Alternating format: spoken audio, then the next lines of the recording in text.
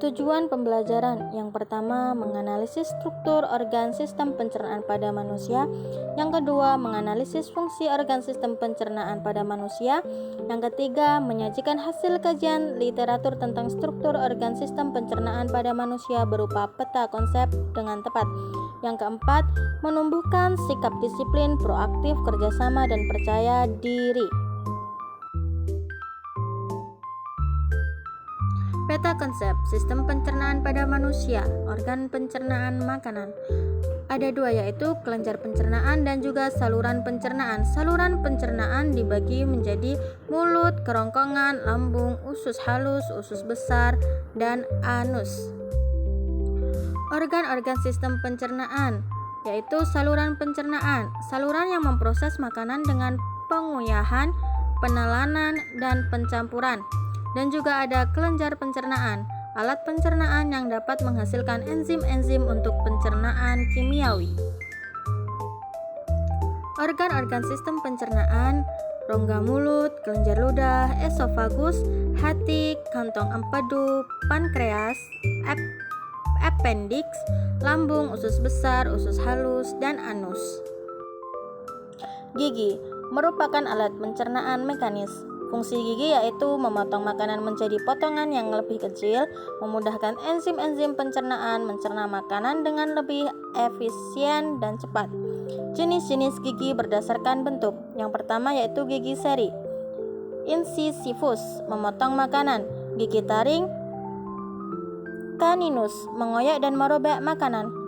Gigi geraham, molar, pemolar, mengunyah makanan. Struktur gigi: ada mahkota, leher, dan akar, email, dentin, pulpa, gusi, saraf, semen, celah akar, dan tulang. Lidah ada yang merasakan pahit, asam, asin, dan manis. Lapisan epitel, kelenjar lendir atau mukosa, dan otot lurik. Fungsi lidah: 1. Membantu mencampur dan menelan makanan. Yang kedua, mempertahankan makan agar berada di antara gigi-gigi atas dan bawah saat makanan dikunyah. Dan yang ketiga, sebagai alat pengecap makanan karena mengandung banyak reseptor pengecap atau perasa. 4. Mencampur dan mengaduk makanan dengan ludah. 5. Mendorong makanan masuk ke esofagus. Kelenjar ludah disebut juga glandula salivalis. Fungsi kelenjar ludah menyekresikan saliva atau air liur yang mengandung enzim pitalin atau mengubah amilum menjadi maltosa.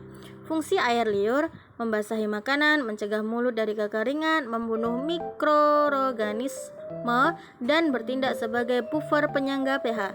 Jenis-jenis kelenjar ludah: kelenjar parotis di dekat telinga, kelenjar sublingualis di bawah lidah, dan juga kelenjar submandibularis di bawah rahang. Kerongkongan: ada mulut, saluran kerongkongan, esofagus, lambung. Rongga hidung, faring, epiglotis, kerongkongan, esofagus, tenggorokan, trakea.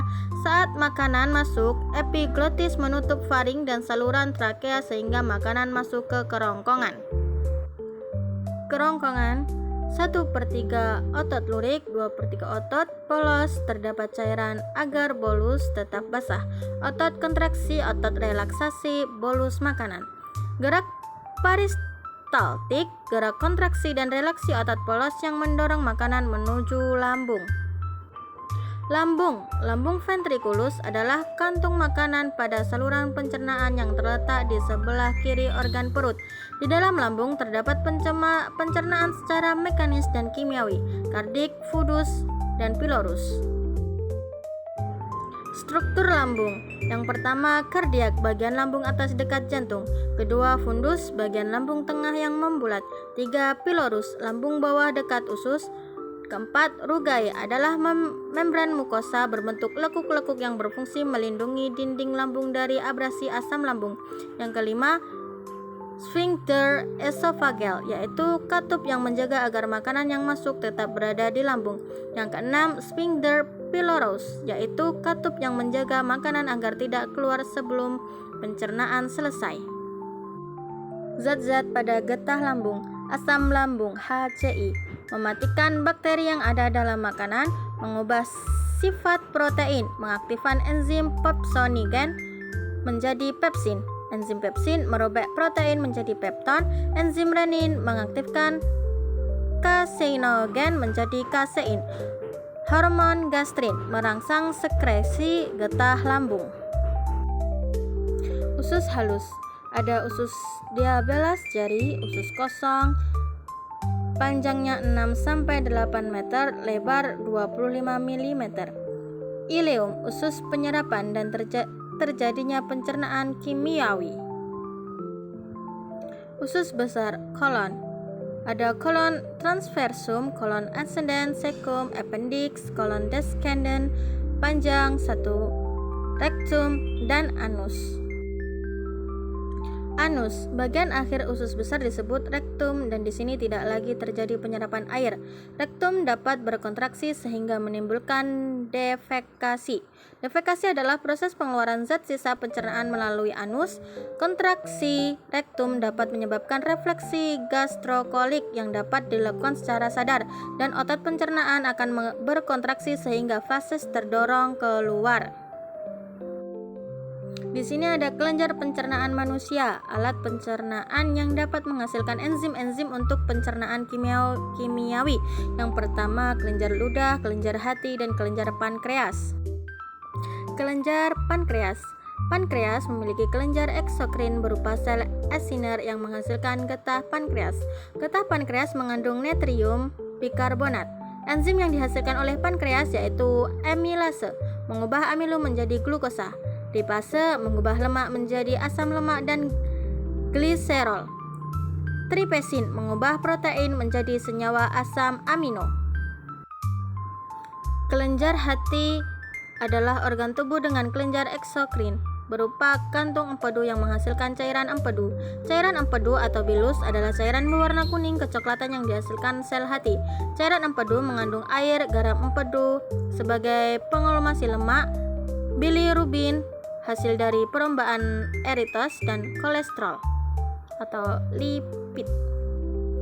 Kesimpulan, sistem pencernaan merupakan sistem organ yang berfungsi untuk mencerna makanan, menyerap zat gizi, dan mengeluarkan sisa makanan dari tubuh. Proses pencernaan berlangsung secara mekanik dan kimiawi dengan melibatkan berbagai organ seperti mulut, kerongkongan, lambung, usus halus, usus besar, serta organ tambahan seperti hati dan pankreas. Kerjasama antar organ pencernaan sangat penting agar makanan dapat diubah menjadi zat yang bermanfaat bagi tubuh. Dengan sistem pencernaan yang sehat, kebutuhan nutrisi tubuh dapat terpenuhi sehingga tubuh dapat berfungsi dengan baik. I just had to let you know you're